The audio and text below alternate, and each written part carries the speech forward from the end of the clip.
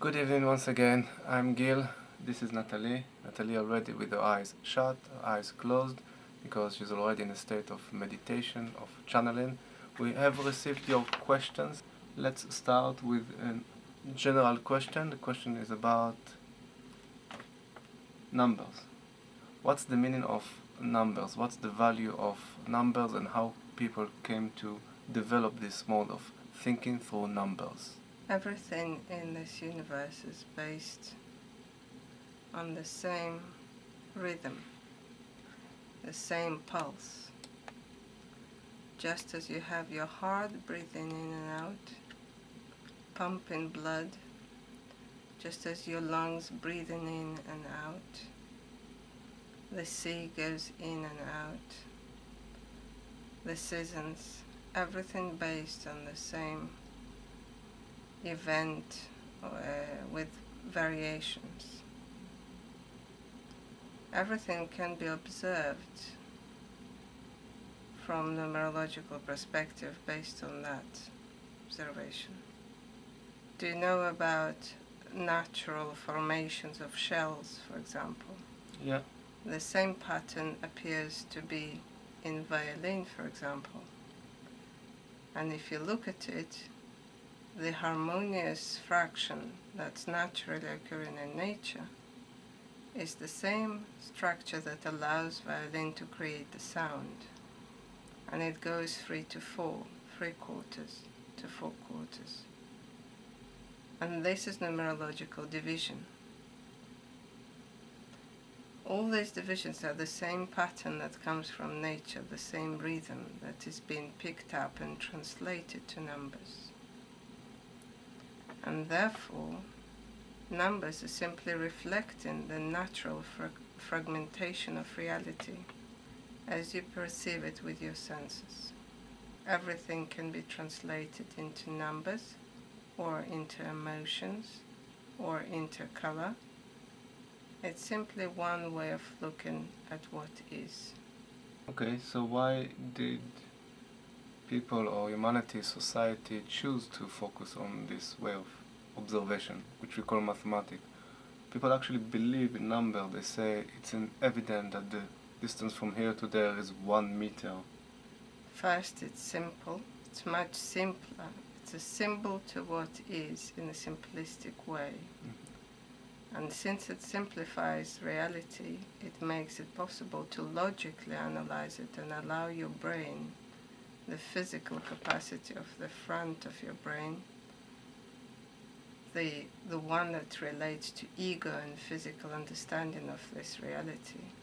It allows it to consciously participate, understand and divine the reality around it, and even plan out or envisage future prospects for the immediate future. Okay, let's continue with another question. One of the audience was asking, she's in a situation 2 years now with enormous challenges in the last 2 years, emotional and physical challenges. The question is, what should she do? What should she practice to recognize that she is under guidance? So she knows something is helping her. What does she need to do to acknowledge the help that is coming to her? It is really good that you've noticed that you're going through difficult processes. The good thing is that your awareness means that you're releasing consciously as well as subconsciously various knots in energy and various challenges, or so to speak, lessons that you've accumulated through this lifetime and previous ones.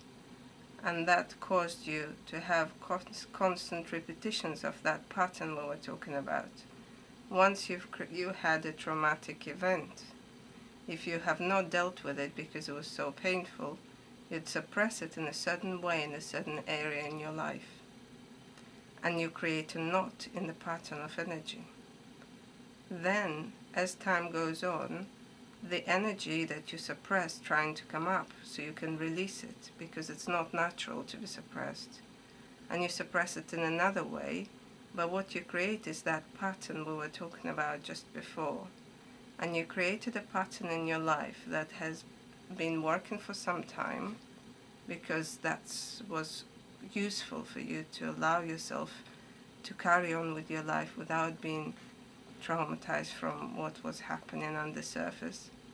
But now you have evolved enough so the energy cannot be suppressed any longer, and you need to release it so your body will heal.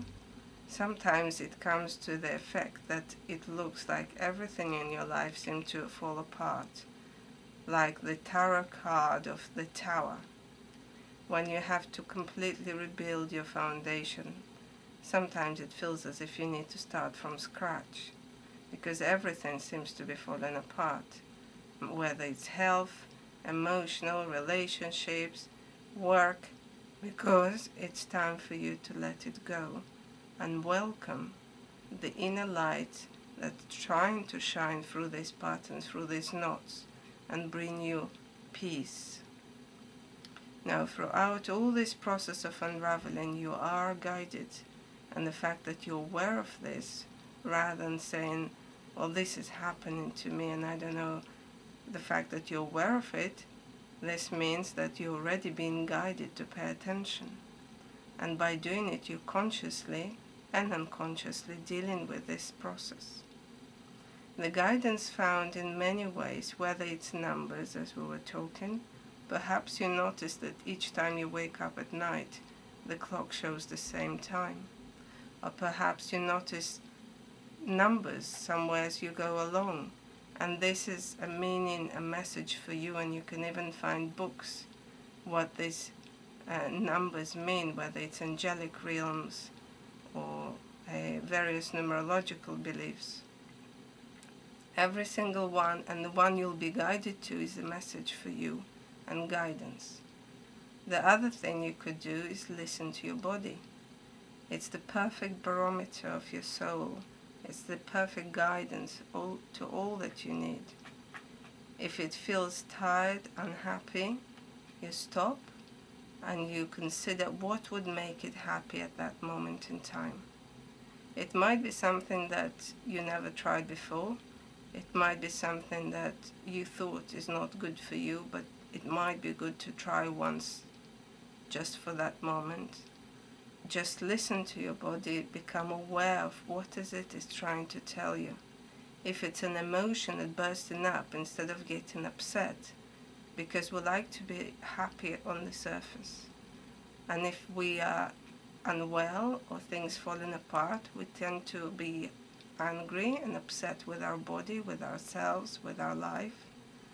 Why not stop and think, right, I'll send it love. If I feel this emotion, I'll love this emotion and I'm not going to judge it, I'll just observe it. Imagine that you're standing next to a very busy motorway and you see these cars passing and making a lot of noise, and it might be scary, it might be disturbing or overwhelming.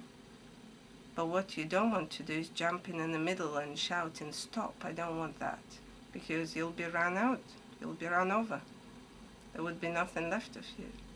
You'll be spending a lot of energy to do that because nobody will notice or hear it by the simple function of how it works.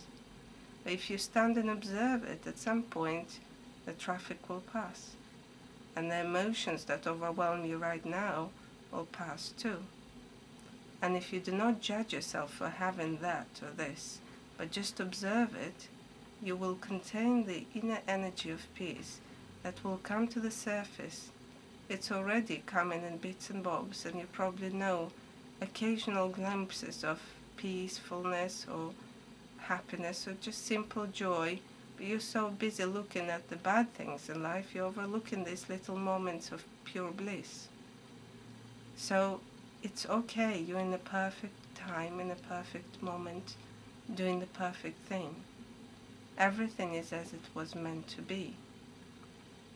It was all preordained for your best development at this moment in time. So simply focusing on what you already have, observing it, and finding messages everywhere around it. Only you can decide what a message is or not. It might be perfectly written scroll in front of you and you will not notice if you have decided this is not the message you want. So you need to look around, and whatever grabs your attention, this is the message for you. It might be a bird sitting on the window, or it might be a leaf passing next to you in the wind, a white feather, or anything at all. Whatever grabs your attention is the message for you from the universe, because it's completely conscious, completely aware of every single aspect, of every particle of its beings inside its whole. It is conscious, it is alive, and it communicates with you always. Okay.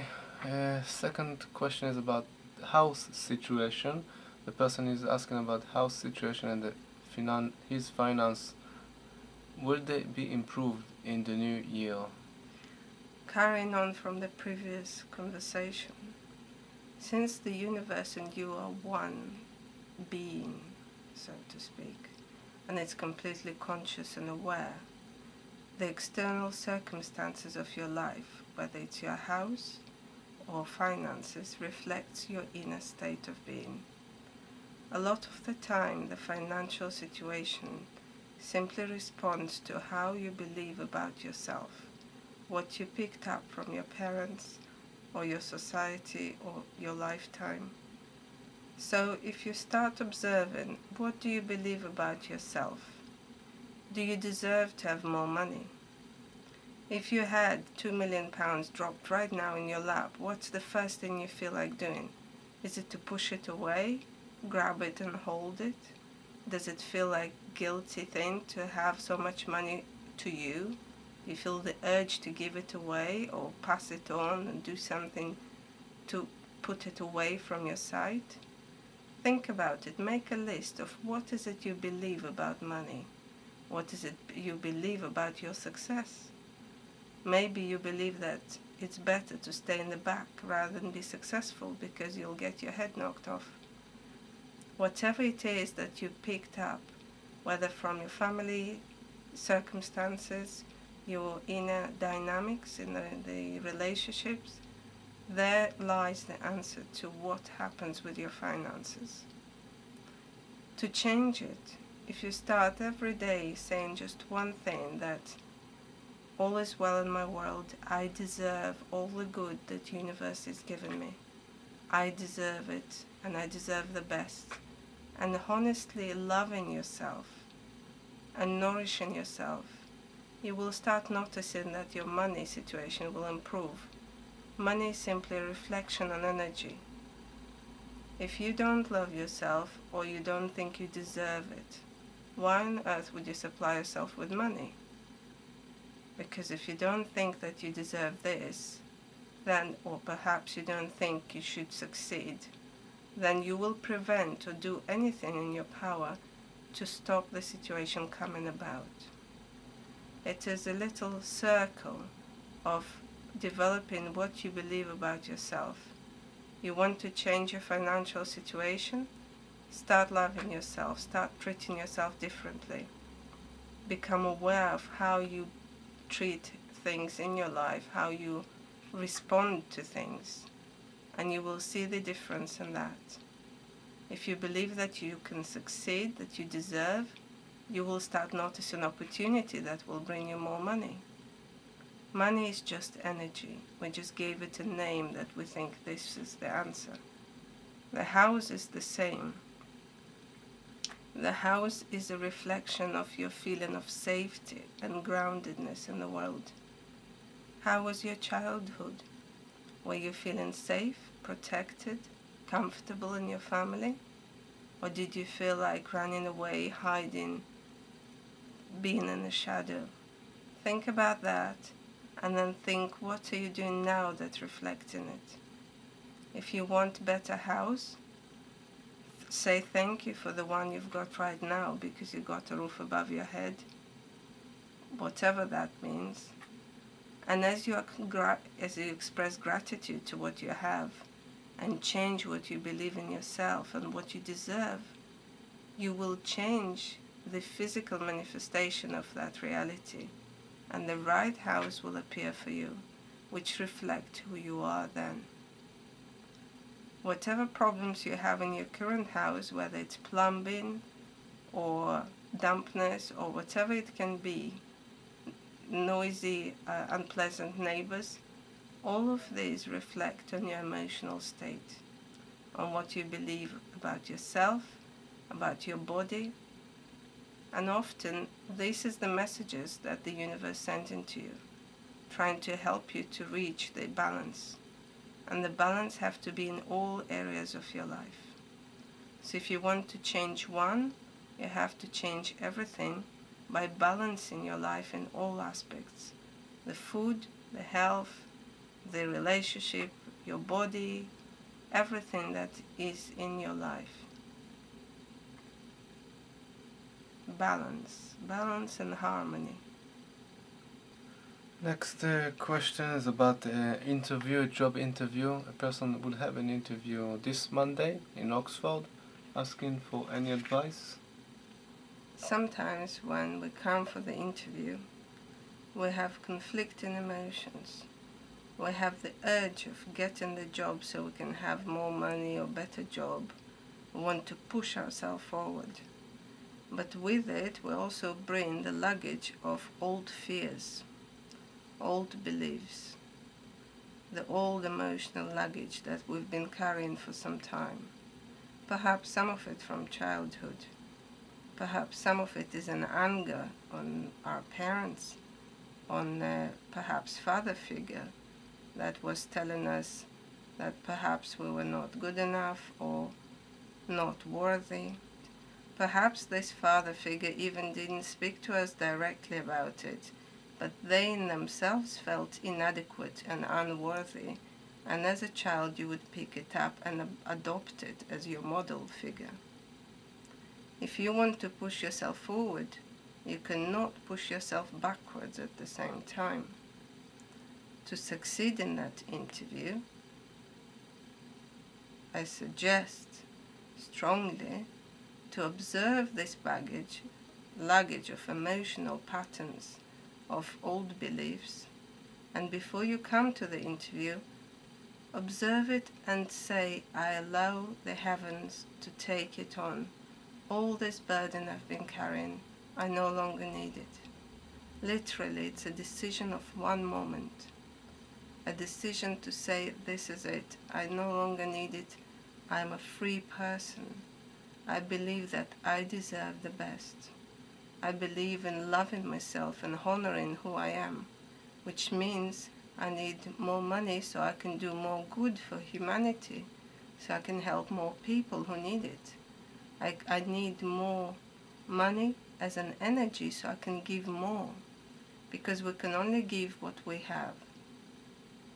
And if you change this attitude and release the burden, when you come for the interview, you bring that energy with you.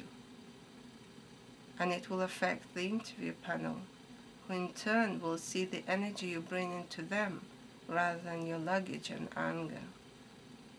You may look fantastic, you may smile and be very peaceful and gentle, apart from the nerves of the day, but the fact is, the underlying tension and emotions will always bubble up and project themselves in small body language symbols or patterns.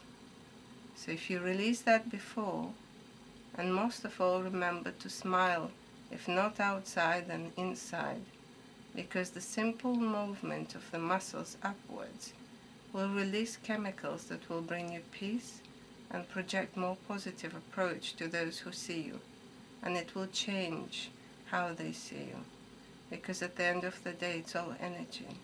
What you project and what they receive perhaps will be affected by 1 nanosecond of emotion. Make sure it's positive emotions. Okay, thank you. Next question from a mother her daughter doesn't seem to be very well. She has some skin rashes, a bit of a cold for quite a long time now. Any advice for her?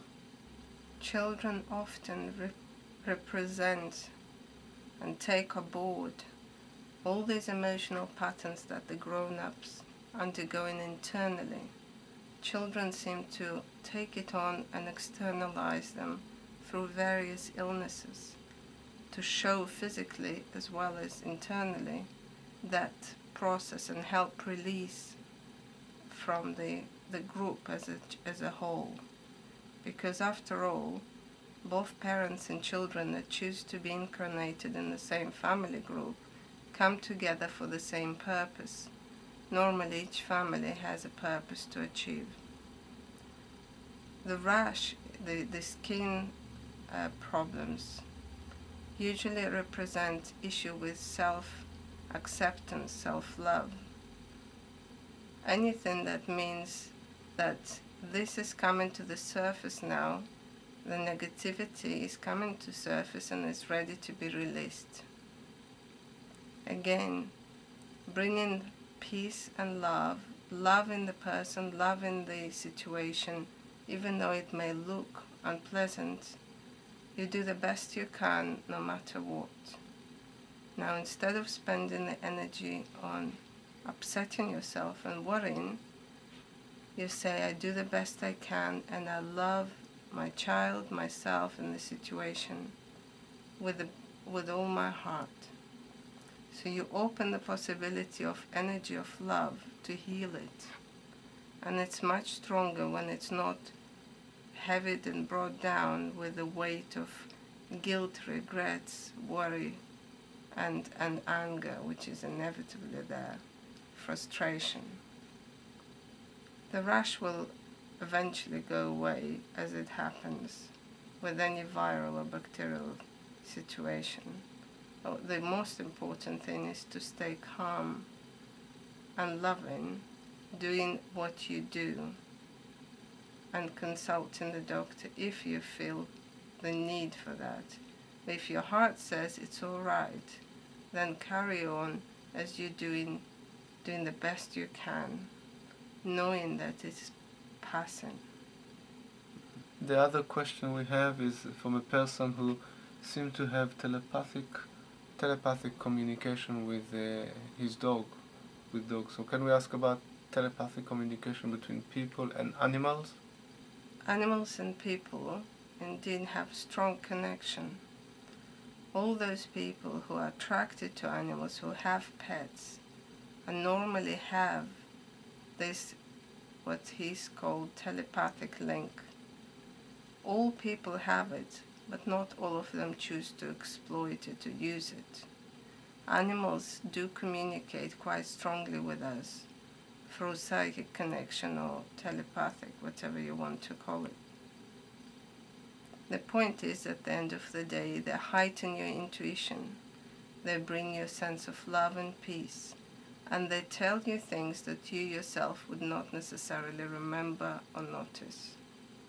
If you become aware through your pet or animal something that you would not notice otherwise, this is your message from heaven, and you can use your guides, your pets, as your guides, which is often the case.